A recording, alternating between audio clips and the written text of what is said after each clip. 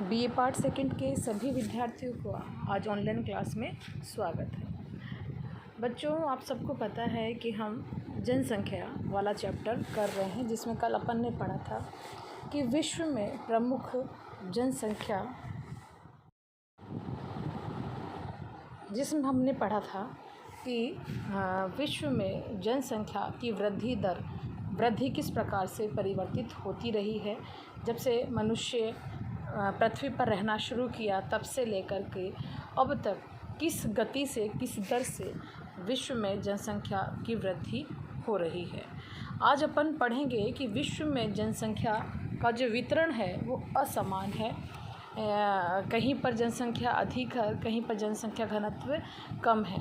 जैसे कि हमें पता है कि विश्व में 20% क्षेत्र तो ऐसे हैं जो जनशून्य है, जैसे मरुस्थल हैं मुख्य रूप से, कई हिम से ढके हुए क्षेत्र हैं जहाँ पर जनसंख्या निवास नहीं करती हैं। कहीं ठंडे मरुस्थल है, कहीं गर्म मरुस्थल है। तो बहुत से कारण हैं जो कि जनसंख्या के वितरण को प्रभावित करते हैं। लेकिन उससे पहले मैं आपको कुछ जो ये वर्ड जो बार बार आपके आते हैं, जैसे कि जन्म दर किसे कहते हैं। जन्म दर से तात्पर्य है कि 1000 की जनसंख्या पर जितने बच्चों का जन्म होता है वह जन्म दर कहलाती है। जैसे अपन कहते 10%, यानी कि 1000 लोगों पर कितने लोगों ने जन्म लिया। मृत्यु दर से तात्पर्य है कि एक वर्ष में 1000 जनसंख्या पर कितने लोगों की मृत्यु हो जाती है। शिशु मृत्यु दर से तात्पर्य है कि एक वर्ष में प्रतिवर्ष 1000 जीवित जो बच्चे हैं, उन जीवित बच्चों में से 1 वर्ष से कम उम्र के बच्चे जो ख़त्म हो जाते हैं उनका मृत्यु दर। मातृ मृत्यु दर से तात्पर्य है कि प्रति 1 लाख जीवित जन्मों पर गर्भावस्था में बाद में संतान उत्पत्ति के कारण जो बच्चे के बाद जो समाप्त मर जाते हैं। सामान्य जन्म दर यानी कि जनरल फर्टिलिटी रेट। तो सामान्य जन्म, इससे तात्पर्य कि 15 से लेकर 49 वर्ष की जो आयु होती है वो सामान्य जन्म देने वाली उम्र होती है शिशु को जन्म देने के लिए। अब बच्चों, अपन देखते हैं कि जनसंख्या वृद्धि को नियंत्रित करने वाले कौन कौन से कारक हैं।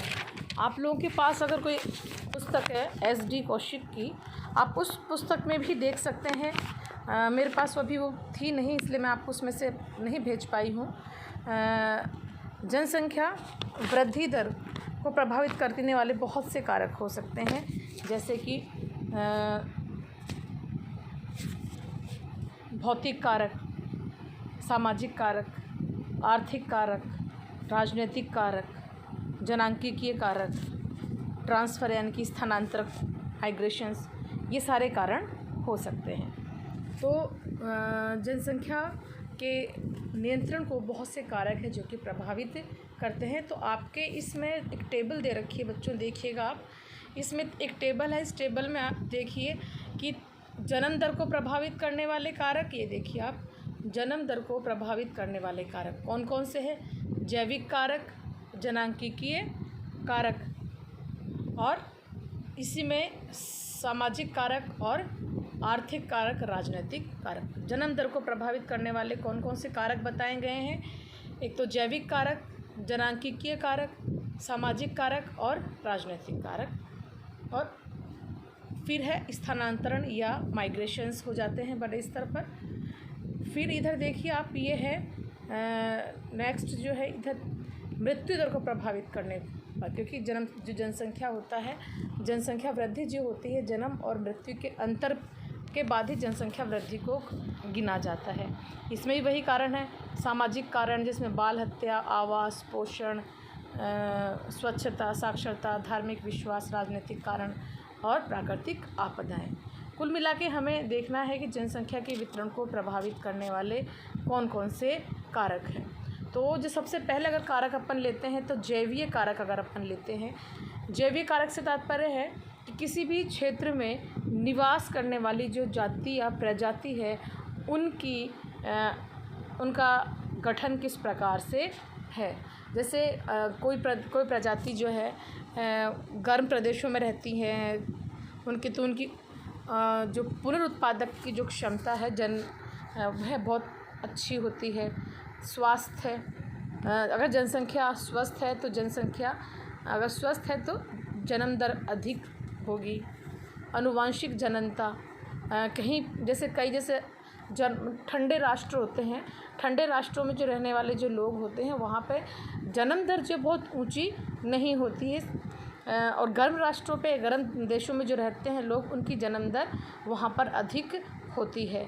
जनांकिकीय कारक में जैसे कि आयु, यौन संगठन की कई जगह पे जहाँ पे जल्दी शादियाँ वैदे हो जाती हैं वहाँ पर जल्दी जन्म दर अधिक होती, ज़्यादा बच्चे होते हैं, है ना।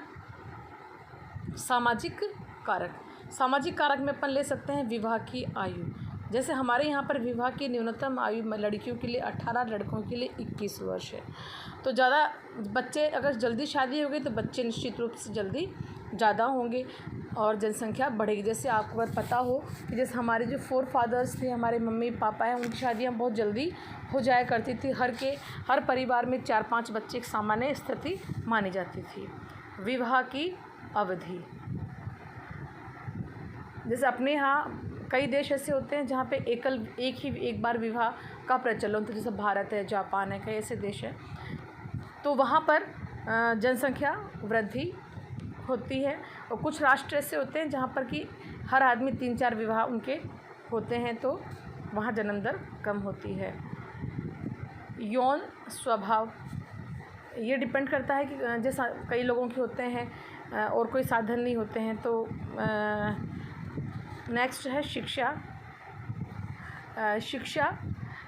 अगर पढ़े लिखे लोग जो होते हैं वह शिक्षित होते हैं तो वह कम उनमें जनसंख्या वृद्धि कम होती है।